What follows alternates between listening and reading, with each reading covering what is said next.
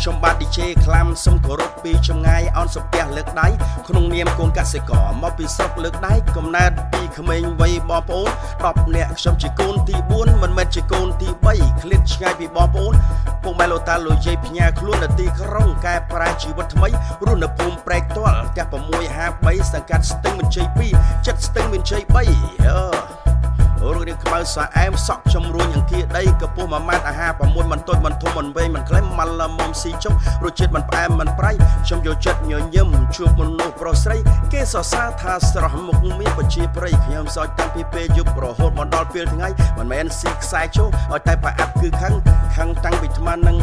ខឹងមិនព្រមលែងដៃខឹងអីខឹងយ៉ាងហ្នឹងប្រឹងនៅសល់អីសល់ចិត្តកាយសម្បកខ្លួនបំណុលជាពាក់ធនាគារ credit យើងល្អទើបគេឲ្យលុយខ្ចីរហូតដល់វ៉ាន់ក៏លក់ស្រែលក់ដីព្រោះតែពាក្យថាខ្ចីលុយអង្គការទើបវាទាន់សម័យវាក៏សម័យពីដើមគ្មានអំពូលគ្មានភ្លើងដល់ផលិតបេះតគួនដាក់ម៉ងដាក់បកាយផ្ទះតូមផ្ទះស្បឹងរៀងវាតូចជាងអៀនតែជីវិតវាមានន័យខ្ញុំតាក់តែងបត់នេះមិនបន្ទោសមិនបង្អាប់ក្រន់ចង់ឲ្យអ្នកស្រាប់ហើយយកវិនិច្ឆ័យយកចិត្តគេដាក់ក្នុងខ្លួនចិត្តគេមិនខុសចិត្តយើង